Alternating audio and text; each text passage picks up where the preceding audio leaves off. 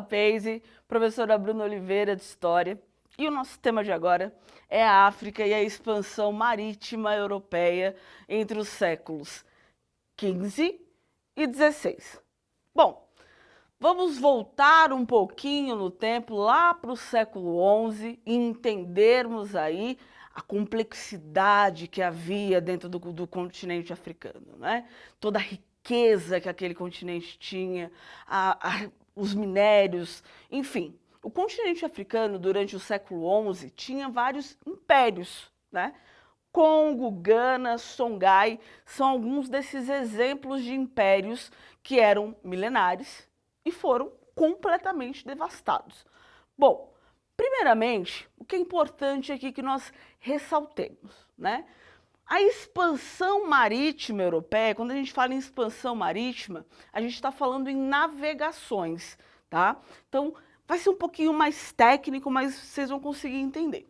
E para poder falar sobre expansão marítima, é impossível a gente não voltar mais lá atrás ainda. Precisamente a data de 1492. Me perdi no século, mas é 1492, com a queda de Constantinopla. Bom, o que era Constantinopla? Constantinopla, imagine você São Paulo. Por São Paulo hoje não passam várias, tem rodovia que dá acesso à Bahia, Rio Grande do Sul, a diversos lugares do país. Bom, Constantinopla, a São Paulo daquele momento, de 1492, era o lugar por onde havia as principais rotas para que as pessoas, os portugueses, os europeus, continuassem aí a escoar os seus produtos para os mercados, né? E aí, em 1492, ocorre a queda de Constantinopla. O que vem a ser essa queda de Constantinopla?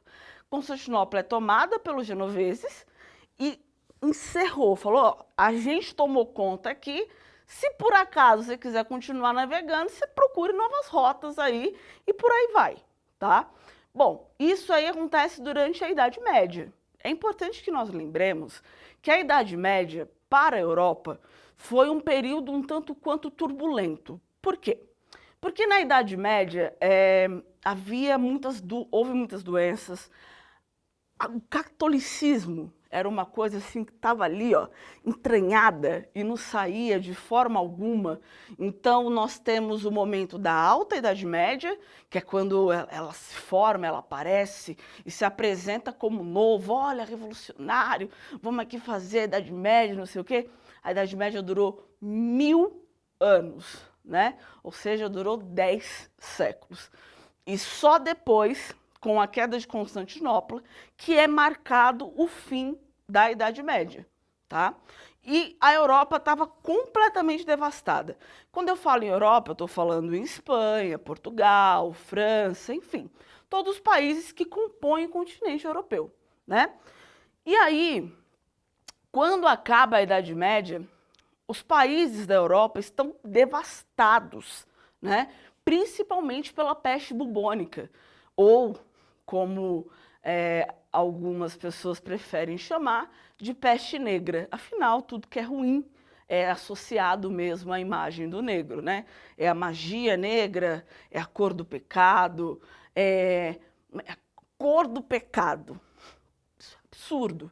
Mas, enfim, as pessoas usam esses adjetivos aí para justificarem, mais uma vez, o racismo nosso de cada dia. Vocês vão ouvir muito essa frase quando forem consultar aí algumas aulas minhas, enfim.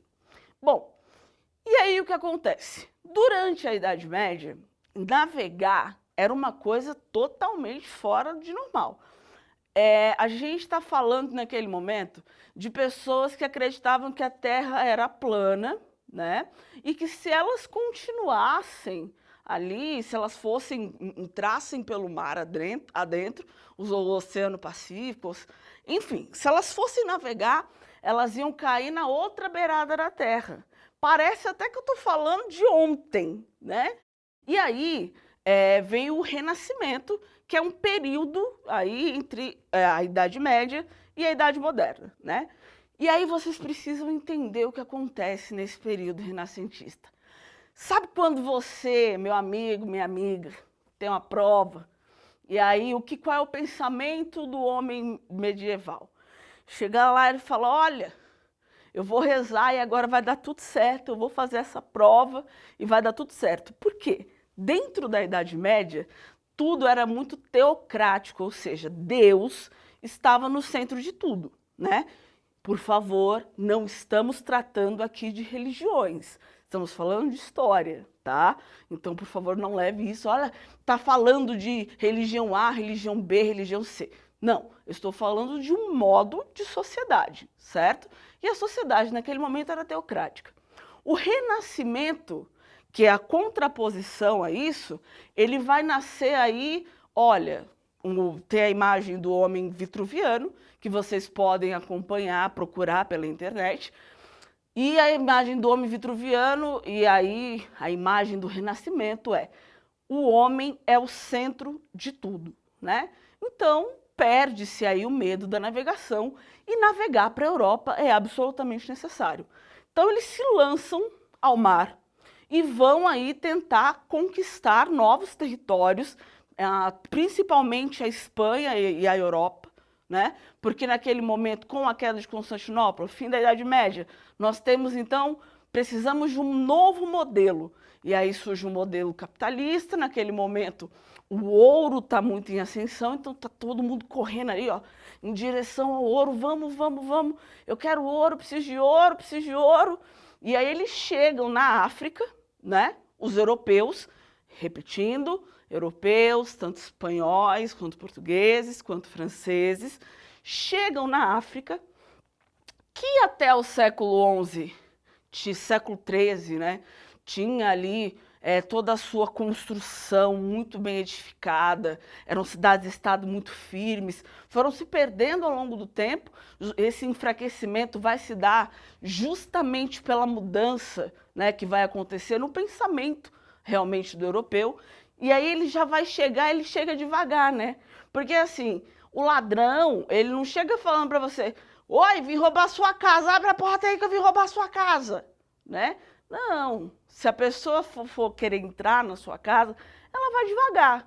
E foi exatamente isso que os europeus fizeram, né? Para poder invadir e extrair toda a riqueza do continente africano, para depois contar a história a partir do ponto de vista deles. Vejam que crueldade. Eles chegaram no continente africano, ninguém estava pedindo ajuda deles, eles se declaram como salvadores, porque é um homem branco que agora sabe falar, olha, vocês precisam de história, mas a África não estava pedindo nenhuma intervenção deles, muito pelo contrário, estava todo mundo vivendo muito feliz, sabia o que era a sua história oral, sabia como lidar com aquilo, tinha sua forma de se relacionar com a religião, e aí de repente tudo muda, porque o homem branco salvador de repente apareceu em êxtase e acha que vai salvar a África. E muito pelo contrário, o que ele faz é destruir esses impérios, extrair todas as riquezas que o continente africano tinha e ir embora para poder fazer essa mesma visita nada cordial a outros países. E esse vai ser o tema para algumas próximas aulas e algumas aulas que já tem disponível, que vocês podem aí acompanhar, certo? Então, o resumo da aula sobre a África e a expansão marítima europeia, nós falamos então sobre a questão da África, da Europa estar destruída, devastada pelo advento da Idade Média, como eles chegam na África, o que eles fazem na África e como esses impérios milenares, né, foram destruídos em função de um pensamento europeu que tinha por objetivo dizer, olha gente, vocês têm que seguir aqui porque a gente veio para salvar vocês, não para fazer nada de errado. A gente está aqui para salvar. Essa salvação, a gente já encontra muita contradição, né? Enfim, é esse o tema. Eu aconselho que vocês tirem uma foto da lousa para que vocês possam ver e estudar isso melhor lá para frente. A gente se fala em uma próxima vez. Tamo junto. É nóis!